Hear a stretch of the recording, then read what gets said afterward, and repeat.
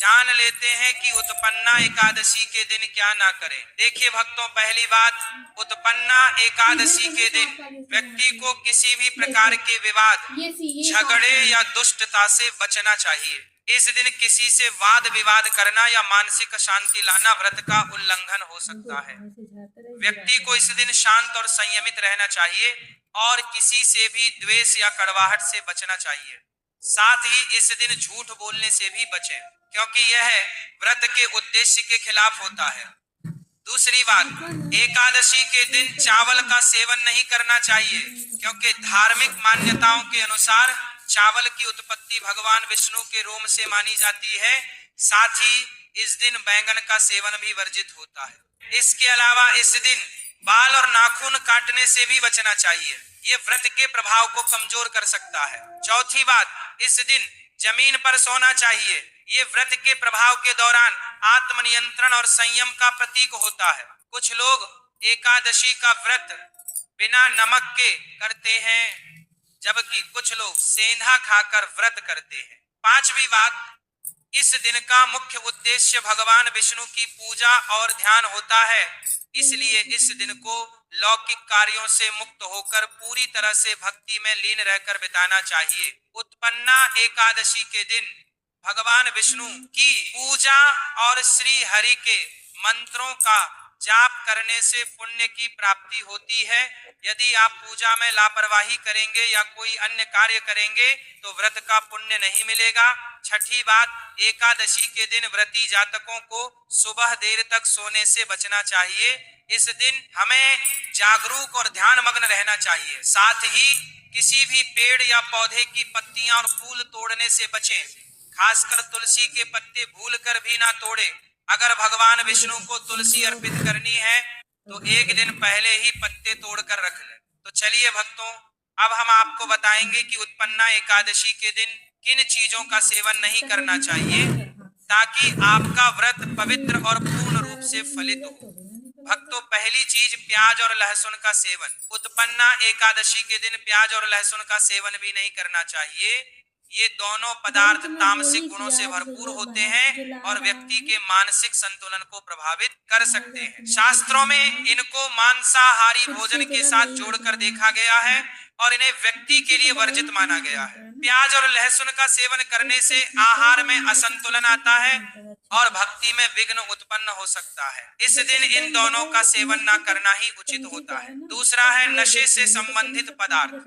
उत्पन्ना एकादशी के दिन शराब, तंबाकू, गुटखा, मादक पदार्थ आदि का सेवन पूरी तरह से निषेध है। यह पदार्थ शारीरिक और मानसिक स्वास्थ्य के लिए हानिकारक होते हैं और व्रत के पवित्र उद्देश्य को भी भंग कर सकते हैं। नशे के पदार्थ से शरीर और मन में अशुद्धता आती है, जिससे व्रत का असर समाप्त हो सकता है। इसलिए इस दिन किसी भी प्रकार के नशे से बचना चाहिए ताकि आपकी भक्ति शुद्ध और निष्कलंक रहे।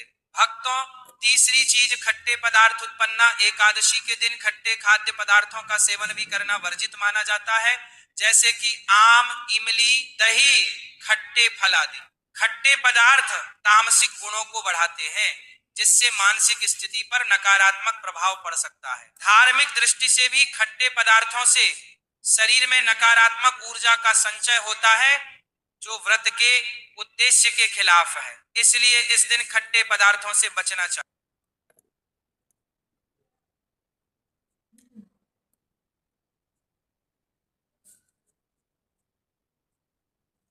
चलो ये सब उधर कर दो, बंद कर दो। जरा मोबाइल दो, हम बंद कर दो। अरे नेट बंद कर दे, नेट ऑन कर दो, खाली नेट ऑन कर दो, कथा चलता रहेगा। भक्तों, चौथी चीज, शक्कर और मिठाई का सेवन। उत्पन्ना एकादशी के दिन अत्यधिक शक्कर या मिठाई का सेवन भी नहीं करना चाहिए।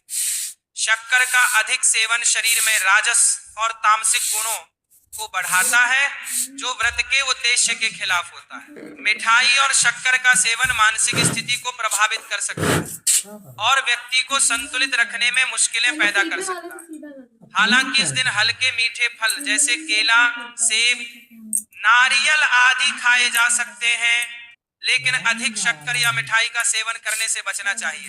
इन सभी चीजों से परहेज करते हुए इस एकादशी का पालन करें। भक्तों, पांचवी चीज, मांसाहारी भोजन उत्पन्ना एकादशी के दिन मांसाहारी भोजन का सेवन पूरी तरह से निषिद्ध है। मांसाहार भोजन न केवल शारीरिक दृष्टि से हानिकारक होता है बल्कि यह आध्यात्मिक रूप से भी हमारे पापों को बढ़ाता है। मांसाहारी भोजन से तामसिक गुण बढ़ते हैं जो हमारी मानसिक शांति और संतुलन को प्रभावित करते हैं। भगवान विष्णु की पूजा और व्रत में सिर्फ सात्विक भोजन की अनुमति होती है जो शुद्धता और भक्ति का प्रतीक है। इसीलिए इस दिन मांसाहार, अंडे, मुर्गा, मछली या किसी भी प्रकार के मांस का सेवन ना करें, इस बात का विशेष ध्यान रखें। तो भक्तों, इन सभी चीजों से परहेज करते हुए इस उत्पन्ना एकादशी का पालन करें। भक्तों, अब हम जान लेते हैं कि उत्पन्ना एकादशी के व्रत में क्या खाना चाहिए और क्या नहीं खाना चाहिए। भक्तों, उत्पन्ना एकादशी के दिन सेब जरूर खाना चाहिए। शास्त्रों में बताया जाता है कि भगवान के भोग में सेब आदि जरूर अर्पित किया जाता है। अगर आपका व्रत है तो आपको सेब जरूर खाना चाहिए। केला, पपीता,